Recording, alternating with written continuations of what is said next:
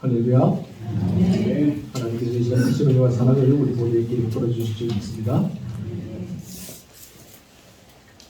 2012년에 개봉된 장규성 감독의 나는 왕이로소이다 라는 그런 영화가 있습니다.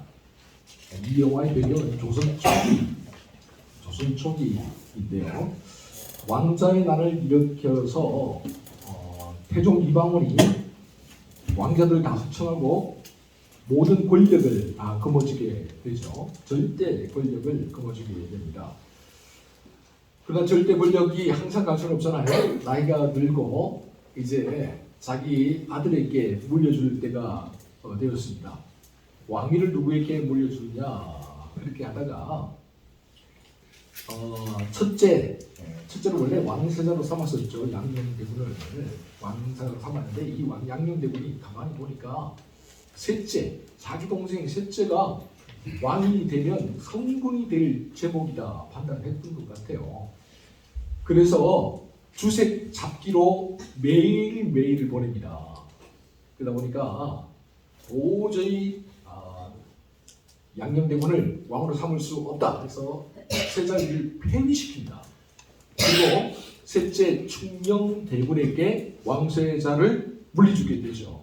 그런데 셋째 충녕대군은 책 읽는 게 너무 좋아요. 책 속에만 파묻혀 살아요. 근데 왕이 되면은 책도 못 읽고 해야 될 일이 너무 많잖아요. 그러니까 귀찮아요. 그래서 어떻게 합니까? 도망을 합니다. 월담을 해요. 꿈벌담을 넘어서 월담을 해서 도망을 해요. 왜요? 왕이 되기 싫어서. 그 월담을 밤에 하는데 담을 딱 넘어가다가 그 담 밑에 있던 노비와 딱 부딪혀요. 이 노비가 누구냐면 덕칠이라는 노비입니다. 이 덕칠은 어떤 노비냐면 원래 주인집 아씨를 남몰래 사모했는데 이 주인집이 역적으로 몰려서 넓은 집안을 당하고 이 아씨는 궁궐로 바뀌어가게 됩니다. 그래서 이 아씨를 구할 방법이 없을까 해서 궁궐 탐을 왔다 갔다 하다가 월담을 하는 충녕대군과 딱 마주쳐서 기절을 해버려요. 이 덕칠이가. 근데 충녕대군이 미안하잖아요. 그래서 사람의 얼굴을 보니까 자기 얼굴로 똑같이 생긴 거예요. 쌍둥이 동생이라고 믿을 만큼 너무 똑같이 닮은 거예요. 그래서 잘 됐다 해서 어떻게 했느냐, 자기 옷과 이 덕칠의 옷을 바꿔 입습니다. 그리고 냈다 도망가 버리죠. 이 기절해 있는 이 덕칠,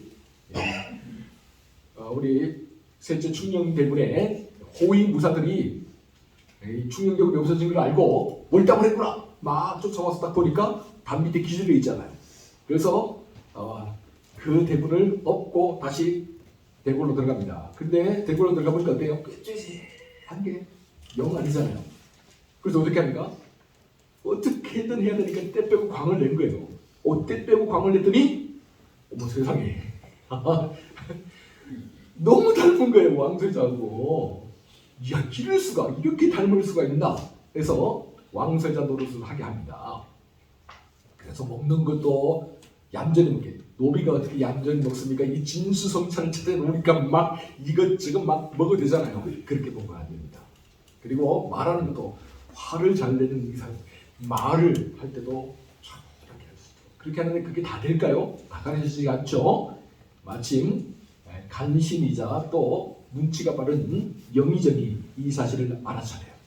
그래서 호위무사를 불러서 이게 도대체 어떻게 된 일이냐 이렇게 묻습니다. 따져 물으니까 월담을 했는데 가서 찾아보니까 충녕대군이 누워있어. 데리고 와서 열심히 했는데 보니까 아닌 것 같습니다.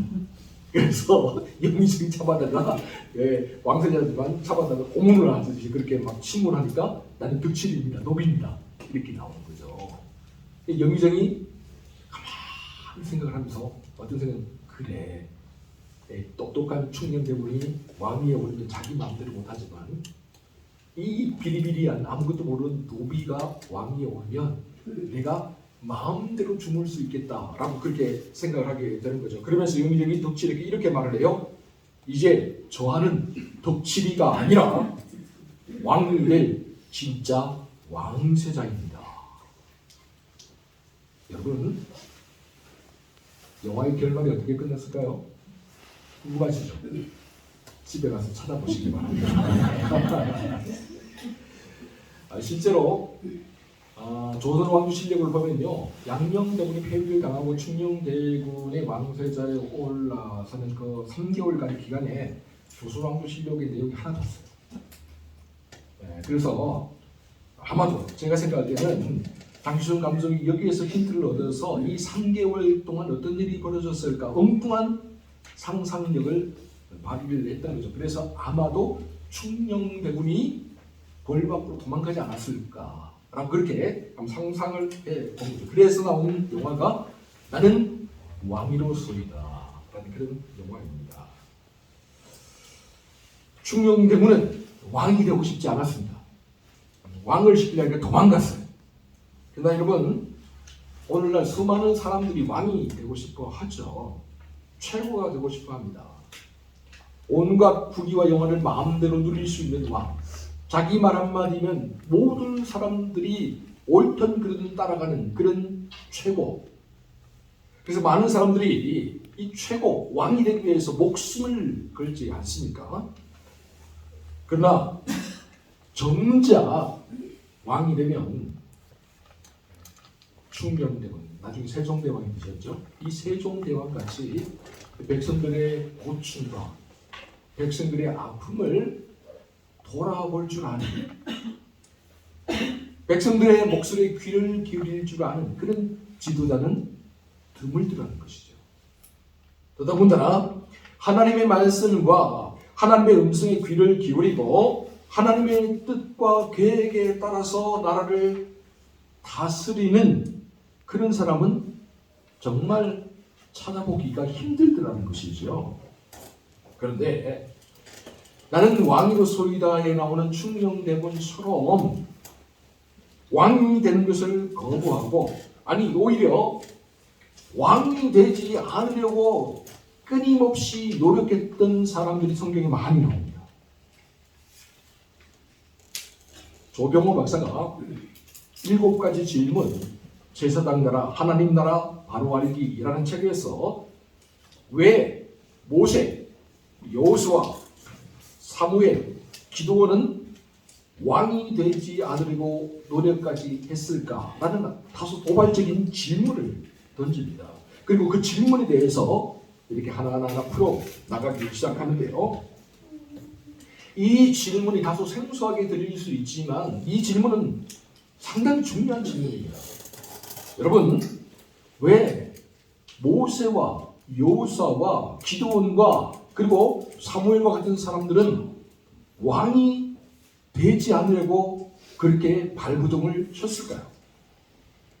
우리가 잘 아는 대로 모세는 태어난 지 3개월째부터 무려 40년간 이집트 왕궁에 있으면서 왕세자 교육을 받았던 인물이죠. 그리고 그의 나이 80세가 되던 해에 430년 동안 이집트에서 노예 생활을 했던 이스라엘 백성들을 이끌고 출애굽했던 정말 위대한 인물이지 않습니까? 그리고 40년 광야 생활을 무사히 마치고 이스라엘 백성들을 하나님이 약속하신 가나안 땅, 바로 그 목전 요단강 건너편까지 인도했던 사람, 그 사람은 바로 저 위대한 지도자 모세입니다.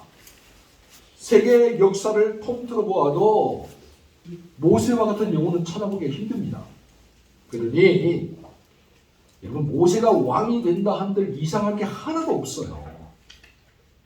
그러나 여러분, 민수기 16장을 보세요. 어느 날 고라와 다단과 아비람이 모세의 반기를 들고 일어나죠. 그러면서 그들이 모세에게 말합니다. 모세와 아론아, 너희가 분수에 지나치도다.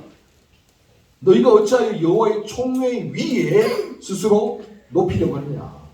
너희가 스스로 우리의 왕이 되려고 하느냐. 이 말을 듣고 모세가 성경을 보면 심히 분노했다라고 되어 있어요. 민수기 13장에서 보는 것처럼 온유한 모세의 온유함이 지면의 모든 사람보다 뛰어나다고 할 만큼 그런 사람인데 이 말을 듣고 고라와 다단과 아비람이 네가 우리의 왕이 되려고 하는구나 이 말을 듣고요 모세가 화를 그것도 심히 화를 냈다라고 그렇게 성경은 기록하고 있다라는 거죠. 여러분 만약에 모세가 조금이라도 1말이라도 왕이 되고 싶은 마음이 있었다면 이때부터 왕의 담론을 키웠을 거예요. 그래서 자기 스스로 왕이 되는 길을 걸어가려고 했겠죠. 그러나 여러분 모세는 정말 1말도 왕이 되고 싶은 마음이 없었어요. 이집트 왕실에서 40년 동안이나 왕세자 교육을 받았던 모세, 그리고 출애굽이라는 어마어마한 역사를 이루어낸 모세. 모세는 충분히 왕이 될 자격도 있었고 자질도 갖추고 있었습니다. 그러나 모세는 왕이 되고 싶은 마음이 없었어요. 왕이 되려고 하지 않았어요. 왜 그랬을까요? 왜냐하면 모세는 하나님께서 이스라엘 백성들을 왜 이집트에서 출애굽시켰는지를 너무나도 잘 알고 있었기 때문이에요. 출애굽기 19장을 보면 하나님께서 이렇게 말씀하고 계시죠. 세계가 다 내게 속하였나니 너희가 내 말을 잘 듣고 내 언약을 지키면 너희는 모든 민족 중에서 내 소유가 되겠고 너희가 내게 대하여 제사장 나라가 되며 거룩한 백성이 되리라. 여러분 하나님께서 모세를 통해 이스라엘 백성들을 이집트에서 탈출시킨 이유는 이스라엘 백성들을 하나님의 소유로 삼기 위해서 거룩한 백성으로 만들기 위해서 제사장 나라로 삼기 위해서였다라는 사실이죠. 모세는 이 사실을 처음부터 잘 알고 있었어요. 모세는 하나님이 왕 되시는 제사장 나라의 시민으로 사는 것을 목표로 삼고 살았던 사람이었어요. 그렇기 때문에 그는 감히 하나님을 제쳐두고 자기가 왕이 되려고 하는 그 생각을 일말도 가슴에 품고 있지 않았다라는 거죠. 이스라엘은 하나님이 왕이 되는 제사장 나라야. 여러분 모세만 그랬던 게 아니에요. 여호수아도 역시 마찬가지입니다. 모세의 후계자였던 여호수아, 모세의 뒤를 이끌고 이스라엘 백성들을 이끌고 가나안 요단강을 건너서 가나안 땅으로 들어가지 않습니까? 그리고 약 학자들마다 조금 다릅니다만 5년 또는 10년이라고 하는 분들도 계시지만 한 그 정도의 시간 동안 가나안 전국 전쟁을 해요. 그래서 무려 31개의 성읍을 싸워서 다 승리를 거두고 다 취합니다. 대단한 인물이죠. 여러분 이 정도 되면 세상은 이런 사람을 가만히 놔두지 않죠. 왕으로 삼으려고 합니다. 그리고 이 정도의 전과를 올리는 사람은 스스로도 자기가 왕이 될 자격이 있다라고 생각을 해요. 그렇지 않습니까? 목숨을 걸고 하루 이틀도 아니고 5년 10년을 싸우고 31개 왕들을 물리치고 그 성읍을 다 차지했던 그런 위대한 사람인데 당연히 왕이 될 만하지 않습니까? 그런데요 여호수아는 거절합니다. 왕이 되려고 하지도 않습니다. 놀랍게도 여호수아도 모세의 길을 따라갑니다. 즉 그는 왕이 아닌 제사장 나라의 시민으로 사는 것을 행복으로 삼습니다. 그래서요 그의 인생 말년에 이스라엘 백성들을 다 세겜으로 불러 모으죠. 그리고 세겜에서 이스라엘 백성들과 언약을 맺게 됩니다. 그 언약을 맺을 때에 여호수아가 한 말을 가만히 들여다보세요. 이렇게 말합니다. 그러므로 이제는 여호와를 경외하며 온전함과 진실함을 그를 섬기라. 너희의 조상들이 강 저쪽 애굽에서 섬기던 신들을 치워버리고 여호와만 섬기라. 만일 여호와를 섬기는 것이 너희에게 좋지 않게 보이거든 너희 조상들이 강 저쪽에서 섬기던 신들이든지 또는 너희가 거주하고 있는 땅에 아모리 족속의 신들이든지 너희가 섬길 자를 오늘 택하라. 오직 나와 내 집은 여호와를 섬기겠노라. 이처럼 여호수아는 하나님께서 주신 제사장 나라가 세상에 말하는 강력한 왕권이 없이도 국민들 한 사람 한 사람을 얼마나 행복하게 하는 나라인지를 너무나도 잘 알고 있었던 사람이에요. 그래서 그는 왕이 되는 것을 거절하고 제사장 나라의 시민으로 하나님을 섬기는 백성으로 사는 것에 만족했던 것이죠. 여러분, 여호수아의 뒤를 이어 사사시대로 넘어와서도 역시 마찬가지입니다. 기도원을 보세요.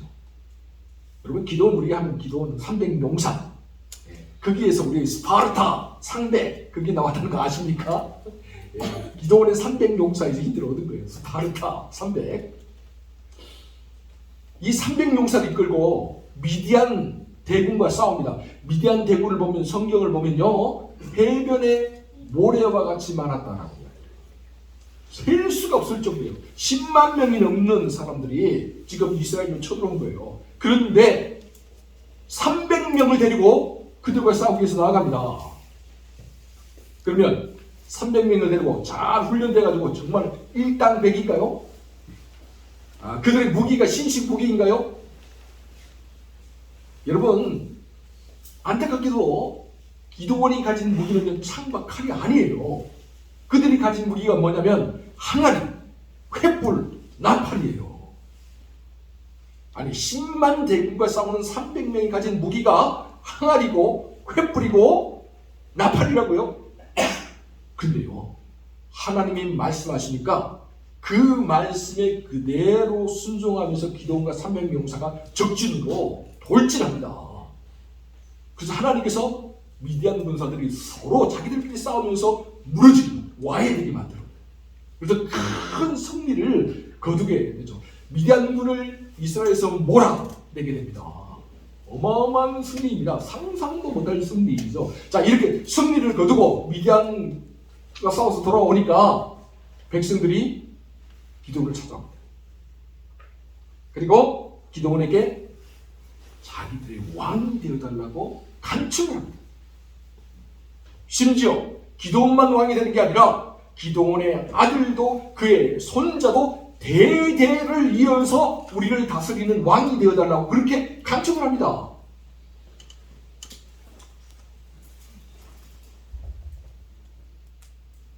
여러분, 이때 기도원이 한 말이 무엇인지 아십니까? 사사기 8장을 보면요, 기도원이 이렇게 말합니다. 그때 이스라엘 사람들이 기도원에게 이르되 당신이 우리를 미디안 손에서 구원하셨으니 당신과 당신의 아들과 당신의 손자가 우리를 다스리소서. 그러자 기도원이 이렇게 대답합니다. 기도원이 그들에게 이르되 내가 너희를 다스리지 아니하겠고 나의 아들도 너희를 다스리지 아니할 것이요 여호와께서 너희를 다스리시리라. 흔히 권력은 너무 좋아서 아들과도 피부치와도 나누지 못한다라는 그런 말이 있는데, 백성들이 그 좋다는 권력을 갖다 바치겠다고 지금 기도원에게 말하고 있는데, 기도원이 한다는 말이 나는 왕이 되지 않을 거야. 나의 아들들도 왕이 되지 않을 거야. 나의 손자들도 왕이 되는 일은 없을 거야. 그러면서 여호와가 우리의 왕이야. 하나님이 우리를 다스려. 여러분, 이 말이 뭡니까? 우리는 제사장 나라야. 하나님이 왕이 되시고 하나님의 말씀을 따라서 살아가는 제사장 나라의 시민으로 살아야 돼. 이 말이 아닙니까? 여러분, 사무엘도 역시 마찬가지예요. 사무엘은 사사시대 말기에 살았던 마지막 사사요, 또한 제사장이요 선지자였던 아주 위대한 인물이었습니다. 특별히 300년 넘게 이어졌던 사사시대의 잘못된 그런 악습 고리들을 끊어내고 만나 세대 이후, 광야에서 있었던 만나 세대 이후 새롭게 탄생한 미스바 세대를 만들어냈던 인물이에요. 하나님 말씀에 회개하고 그 말씀대로 살겠다고 다짐하는 그런 사람들을 만들어내고 그런 사람들을 교육했던 사람이 바로 미스바 세대를 교육했던 사람이 바로 사무엘이에요. 실질적으로 40년간을 이스라엘 사사로서 통치했던 사람이 사무엘이죠. 그런데요, 이 사무엘도 역시 마찬가지로 왕이 되지 않았습니다. 왕이 되는 것을 거절했어요. 오직 제사장 나라의 시민으로 사는 것에 만족하고 행복했던 사람이죠. 사무엘은 하나님을 왕으로 모신 제사장 나라를 이스라엘 백성들이 갖추는 새로운 시대를 열어갔던 사람이에요. 그런데 문제는 사무엘이 나이가 늙고 힘이 없어지니까 점점 이 사무엘의 정신이 약해지기 시작해요. 그의 아들들이 좀 이어받아서 잘하면 좋은데 이 아들들이 아버지의 마음과 같지 않아서 뇌물을 받고 판결을 굽게 하는, 그리고 하나님의 제사를 없인 여기는 그런 일들을 서슴지 않고 있는 거예요. 이런 일을 보면서 백성들이 이래서는 안 되겠다라고 해서 사무엘을 찾아오죠. 찾아와서 사무엘에게 요구를 합니다. 그 요구하는 말씀은 본문 5절에 나오고 있어요. 우리 본문 5절 말씀 다 함께 한 목소리로 보도록 하겠습니다. 시작. 내게 이르소서, 당신은 늙고 당신의 아들들은 당신의 행위를 따르지 아니하니 모든 나라와 같이 우리에게 왕을 세워 우리를 다스리게 하소서 합니다. 미스바세를 열면서 하나님 말씀으로 이스라엘을 제사장 나라로 교육하고 세우기 위해서 평생을 바쳤던 사무엘이요, 백성들이 찾아와서 우리에게 왕을 세워주소서 그렇게 말하니까 기뻐했겠습니까? 슬퍼했겠습니까? 무척 당혹스러워하고 무척 섭섭해했어요. 기뻐하지 않았어요. 그래서 그가 이 섭섭한 마음, 이 당혹한 마음, 이 마음을 가지고 하나님 앞으로 나가서 기도합니다. 그래서 하나님께서 사무엘에게 뭐라고 응답하셨을까요? 우리 본문 7절 함께 같이 읽어보도록 하겠습니다. 7절 시작. 여호와께서 사무엘에게 이르시되 백성이 내게 한 말을 다 들으라. 이는 그들이 너를 버림이 아니요 나를 버려 자기들의 왕이 되지 못하게 합니다. 여러분, 오늘 우리에게는 사무엘상 8장 7절 이 말씀이요, 구약에서 가장 슬픈 구절입니다. 신약에서 가장 슬픈 구절을 대라고 한다면 예수님께서 십자가 위에서 외치셨던 그 말씀, 엘리 엘리 라마 사박다니, 나의 하나님 어찌하여 나를 버리십니까? 라는 그 구절이 가장 슬픈 구절이라고 한다면, 구약에서 가장 슬픈 구절을 대라고 한다면 바로 오늘 본문 7절 말씀, 하나님께서 말씀하세요. 나의 백성이 나를 버렸다. 사무엘, 너를 버린 게 아니야. 나의 백성이 나를 버렸어. 하나님께서 이스라엘 백성들을 출애굽시킨 이유와 목적, 그들과 언약을 맺고 하나님은 그들의 하나님이 되고 그들은 하나님의 백성이 되는 제사장 나라가 되는 이 막중한 사명과 책무를 이스라엘에게 맡겼는데 이제 하나님이 왕이 될 필요가 없다고 이야기합니다. 하나님이 왕이 안 되어도 된다고 이야기합니다. 이 언약과 이 계약을 파기하겠다고 그렇게 말을 하고 있는 것이죠. 하나님의 마음이 얼마나 맞습니까? 그래서 하나님께서 이스라엘 백성들에게 그렇다면 왕정이 어떤 것인지를 사무엘 네가 가르쳐 주어라, 그렇게 이야기를 해요. 그러면서 왕이 되면 백성들의 딸들을 다 낸다 궁녀로 삼고 아들들을 낸다 병상 삼아서 전쟁에 내포해 죽이고 너희들이 가지고 있는 가축들을 빼앗고 너희들 곡식도 다 거두어들여 세금을 하고 다 그렇게 거두어들이고 그렇게 살게 된다. 그래도 좋으냐? 라고 이야기를 하는데 백성들이요, 끝끝내 그래도 좋사오니 왕을 세워달라고 요구합니다. 그래서 세워진 이스라엘 초대 왕이 누구일까요? 사울, 베냐민 지파 기스의 아들 사울이 초대 왕이 됩니다. 자, 사울이 한 40년간 왕위에 있었는데 잘 다스렸으면 좋겠죠. 그런데 하나님께서 이야기한 대로 사무엘이 가르친 대로 정말 왕정의 폐해가 그대로 드러나요. 결국 하나님께서 사울을 버리시죠.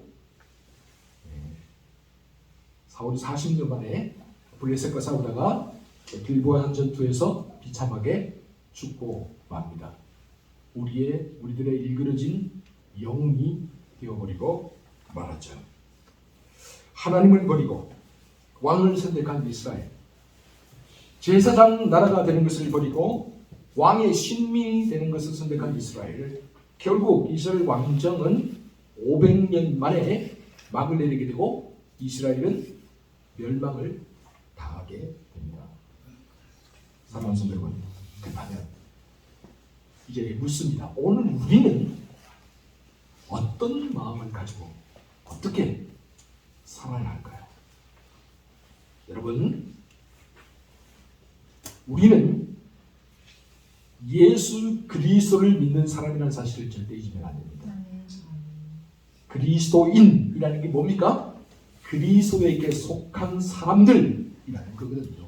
다시 말씀드리면 예수 그리스도가 우리의 왕이요, 예수 그리스도가 만유의 주라는 사실을 믿고 고백하는 사람들이 바로 우리들이다 라는 사실이죠. 주님은 하나님의 아들로서 얼마든지 만왕의 왕이 되실 수 있는 분이었습니다. 그만한 자격이 있었고 그만한 능력이 있었죠.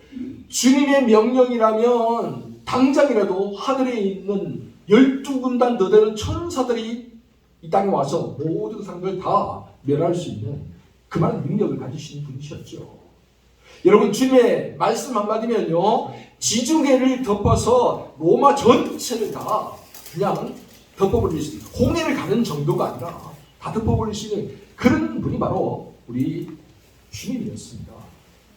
그런 분이 인간의 몸을 입고 이 땅에 찾아오셨습니다. 주님이 이 땅에 찾아오신 이유, 이 세상의 왕이 되기 위해서가 아니에요.